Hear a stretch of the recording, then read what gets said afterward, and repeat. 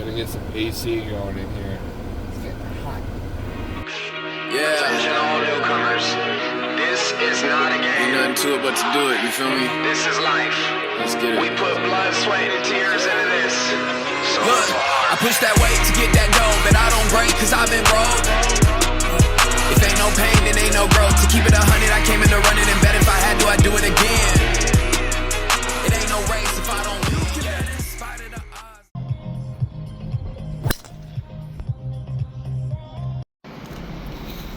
What is up, everybody? This is my first video. It's not my first video ever. I've been content creating for 7 years. But this is my first ever content video of and about gig driving, DoorDash, Instacart, Uber Eats. Not really Uber Eats because I don't do Uber Eats, but you know what I mean. Gig driving. And I've been watching a lot of tips and tricks videos, and I feel like a lot of people miss some of the most important parts. And then a lot of the drivers on YouTube are also just like, they're entertaining while they're dashing, so you're not really picking up on the nuances of how they're actually making so much money because they're spending so much time entertaining you while it's all happening. And I do plan on doing some of that in the future. Like I do plan on making videos of me vlogging entire shifts and stuff. Like I'm a very competent vlogger. I know how to vlog what I'm doing. I know how to film myself. But this is just a simple talking head video. I'm gonna hop in my car. I'm gonna park outside with some sunlight so that the video isn't so depressing. And we're just gonna talk about exactly what you need to know before you're getting into gig driving, or maybe you've just started and you want to know what the future looks like and how you can best prepare yourself. And I'm gonna talk about things that have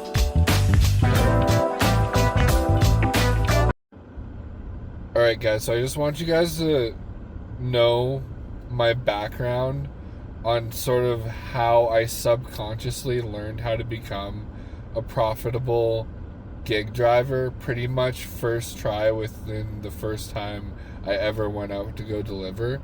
And it didn't happen by accident, and it wasn't any magical miracle. So for 6 years I had a friend who was living in Palm Springs, and he was doing like $1,300, $1,400 weeks on DoorDash. And he had his AirPods to talk on the phone. And I was unemployed in between jobs, working on entrepreneurial shit, creating content, doing this, doing that, doing this, doing that. The whole time he was DoorDashing for 6 years, making mad money. And it never once crossed my mind until 6 years later that, hey, maybe I should download the DoorDash app and give it a go, because it seems to be going pretty well for my buddy. And we'll call my buddy Derek. Derek was doing really fucking well at DoorDash for 6 years, and I was just on the phone listening.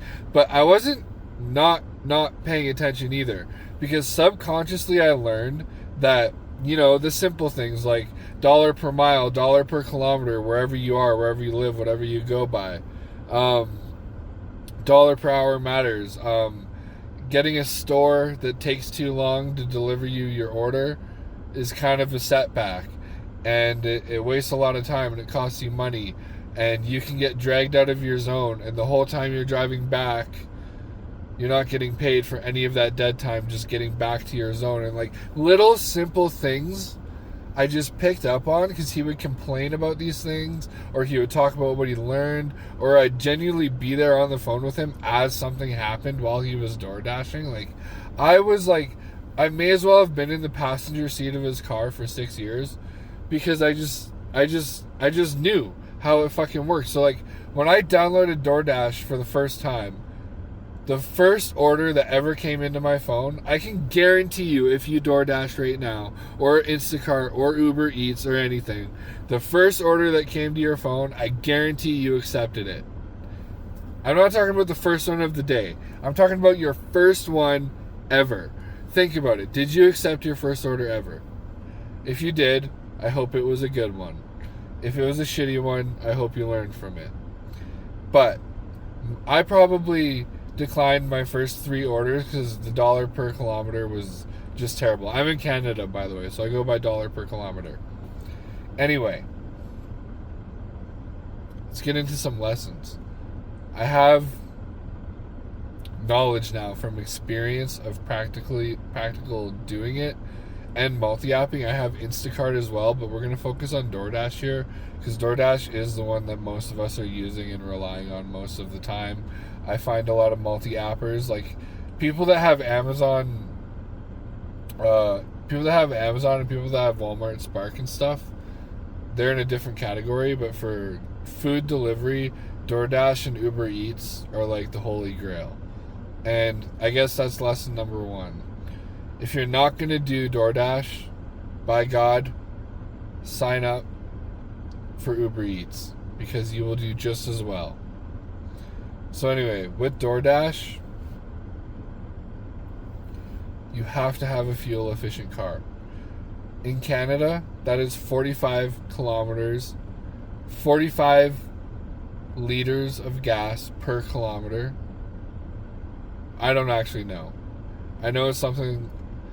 I know 45 is a number in there, but I don't actually know. I actually know it in American better than Canadian. If your car does 28 to 32 miles per gallon, you have a car that you can DoorDash with. This does not have to be an expensive car. This can be a $4,000 2003 Toyota Camry with some rust on it, and it already has, I don't know, an American 150,000 miles on it. You can drive that thing up to 300, 350 and you know it. You just got to get regular oil changes and get the air filter changed every once in a while and keep air in your tires. That's it. For me, I'm a little bit more on the fortunate side of things. I have a 2023 Kia Forte EX stock, nothing done to it, but I have Apple CarPlay, Android CarPlay. I have lane assist. I can drive my car without my hands on the steering wheel as long as the road is dead straight. I can put on lane assist and just like sit here for those long orders that I do take, where I do take the 15-kilometer drive and I'm like, fuck it. But you have to work with what you have. And if what you have is fuel efficient, you are profitable. You are already profitable. That is like the key to profitability. Because somebody getting good kilometers to dollars in a truck is getting absolutely nowhere. Because they're spending, I don't know what it is in American, but in Canadian dollars, it's about $130 to $140 to fill up a Dodge Ram 1500. That's fucking ridiculous. That's like literally... That's like on a slow day, 2 days pay. On a good day, 1 day's pay just to fill up your gas tank for it to last maybe 3 days. So if you're like driving a truck, you're filling up once every 3 or 4 days. Probably even more if you're busy. So it's just not worth it. So lesson there, you have to have a fuel efficient vehicle. Okay, so something else. Buy your own bag. They're on Amazon. An insulated, huge ass bag. You're going to get double orders. You're going to get triple orders. You're going to have small grocery runs where a grocery cart isn't even worth it, and you can put 15 items from the grocery store in here. Insulated. Think about it. You're picking up someone's milk from the grocery store. You put it in the insulated bag. It stays cold. Everything from the grocery store stays cold. And if it doesn't have to stay cold, it's in a box, so who cares? Right? So you may as well have your own. It's the DoorDash bag that they mail you for free is only enough to pick up a single order from McDonald's, like a Big Mac with a drink and some fries. That's the most you're fitting in the bag. And like, honestly guys, a majority of the orders I get require this size of a bag. It's just, it blows my mind how many drivers I see walk into a store with a bag just because the rule is you have to walk into the store with a bag, otherwise you're not getting the food. And then they don't even put it in the bag because it can't fit.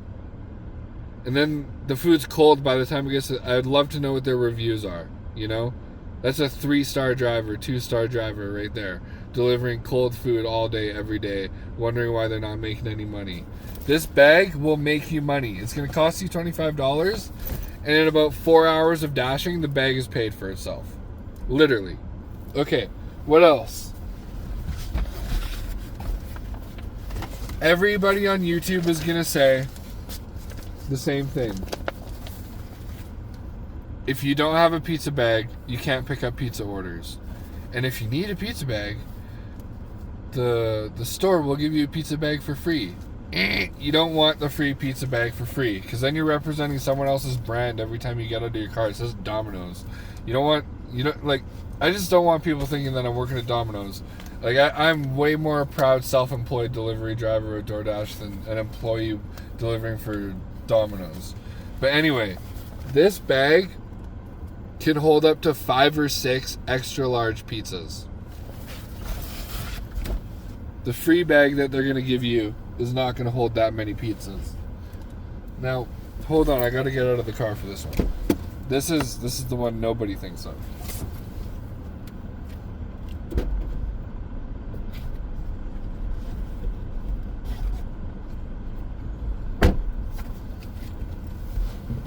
You know what this is? I'm going to show you what this is.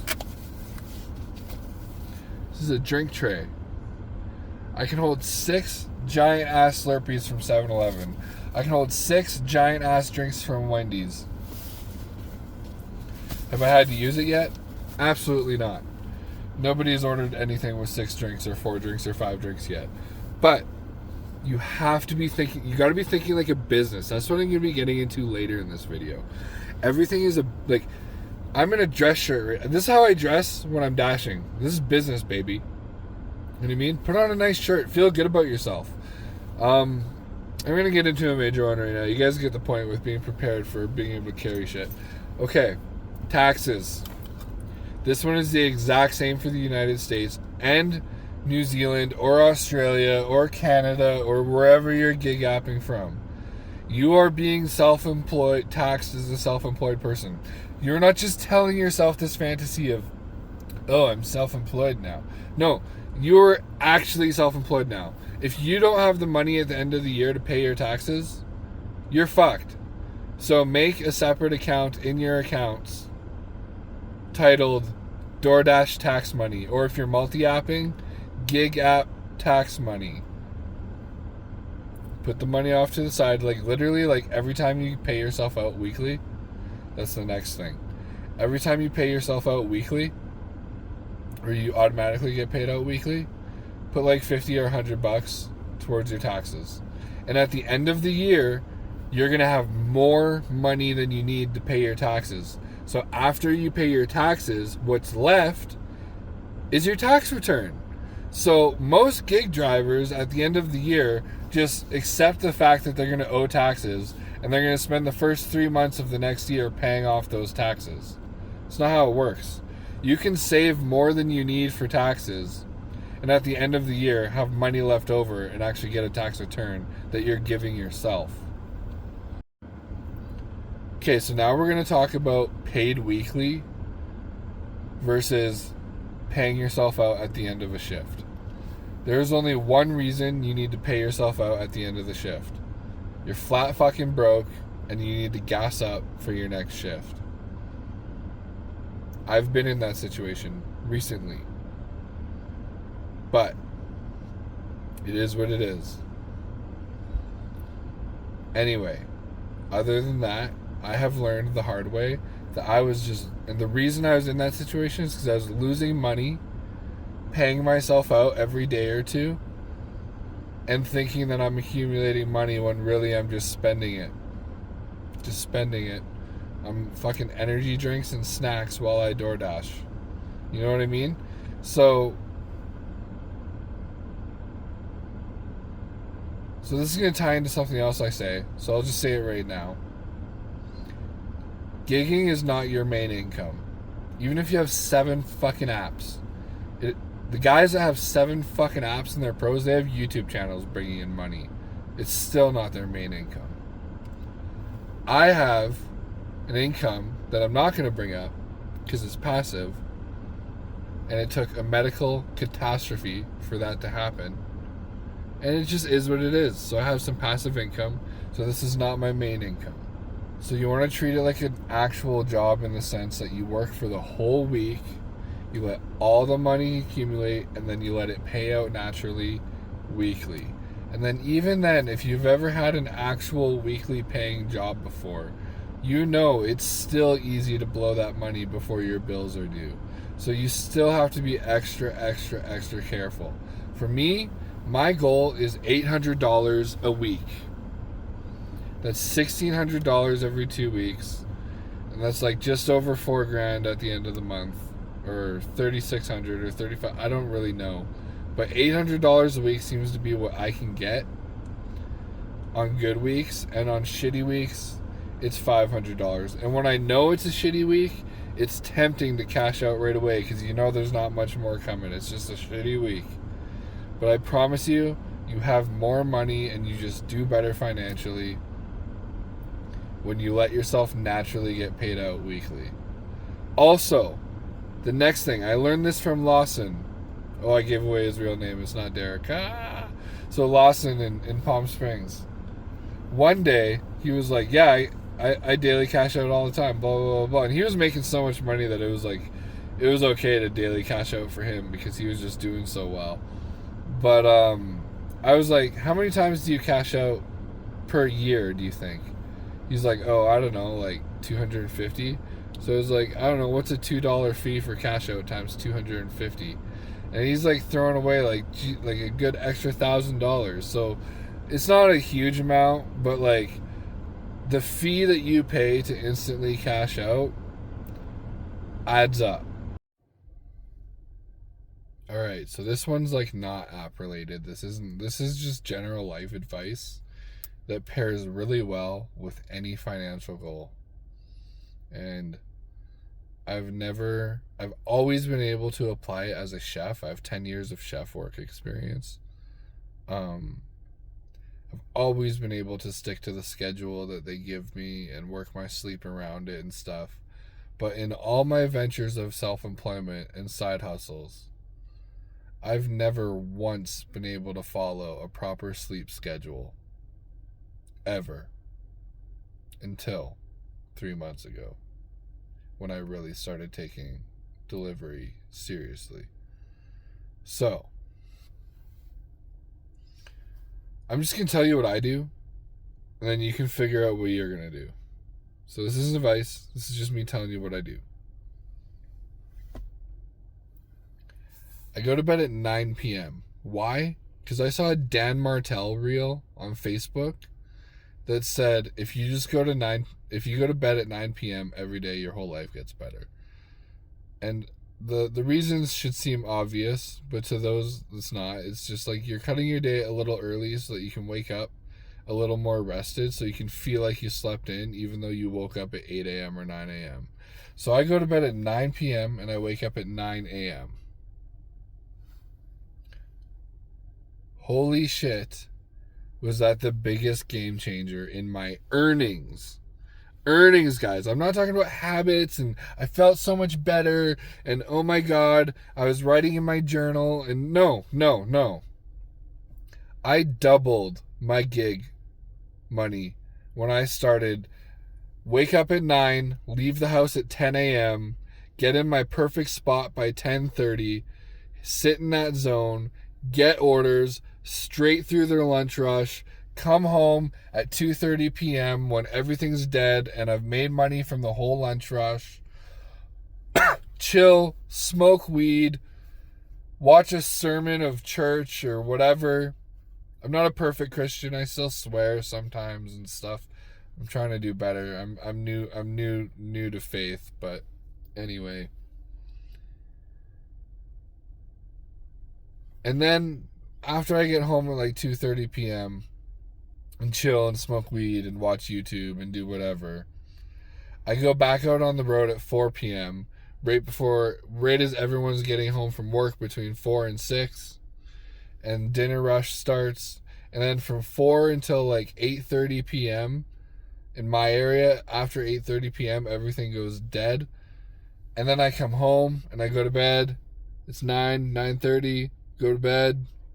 Then I wake up At 9 a.m., I've gotten 12 hours of sleep. I feel like I slept in. I'm perfectly rested. The sun is shining through my windows. It's amazing.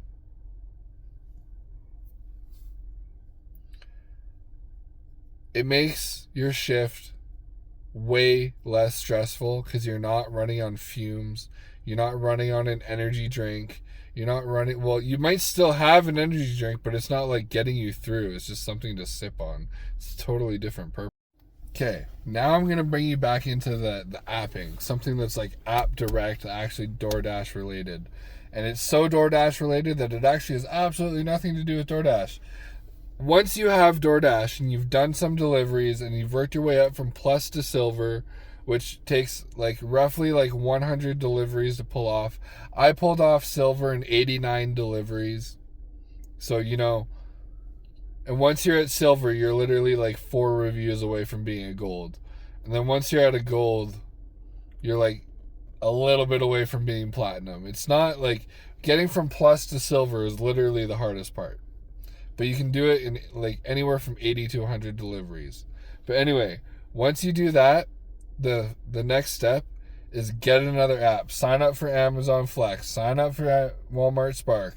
Sign up for, like, you're going to be put on waiting lists for 75% of these apps anyway. And if you're in the United States, you have even more apps to choose from than me, someone in Canada. Like, I don't have Grubhub. I don't have Grab. I don't have, like Lyft just came to Canada. I don't want to drive people around, by the way. But, like, I don't have as many resources. I have Uber Eats. I don't have these, like, I don't have Uber Eats, but it's available to me. DoorDash is available. Instacart is available. Walmart Spark is available. Amazon Flex is available. And Skip the Dishes, which you guys don't even have in the United States. Skip the Dishes is owned by Grubhub. It's just the Canadian version. But Skip the Dishes has an impossible sign-up process. Walmart Spark put me on a waiting list. Amazon Flex put me on a waiting list. Instacart put me on a waiting list, and then two weeks later accepted me. And then Uber Eats has like the most impossible sign-up process possible. I have to go to a place called Service Canada to get my SIN number, which is like my government identification number. And send that document to them to sign up for, like, I can't just take a picture of my license, like. But anyway, that's another point. You're gonna go through adversities, like, depending on your area, where you live, where you're from, how things work, you're gonna get different availabilities. Like, I got DoorDash and I got Instacart, but you might get Uber Eats and you might get Walmart Spark and you might get put on a waiting list for DoorDash. So even though this video is titled for DoorDash and it's about DoorDash and we spent like 75% of the video on DoorDash, this applies to like literally every single food delivery grocery app possible. But anyway, guys, I feel like I could do this all day. There's just so much that I've learned, but we got to save it for the next one. If you enjoyed this video, you know, like, subscribe, do the things. Enjoy your day. And my piece of advice to you, go to another DoorDash video right now. A bird literally just shit on my windshield at the very end of this video. He's like, yeah, fuck you. Sorry.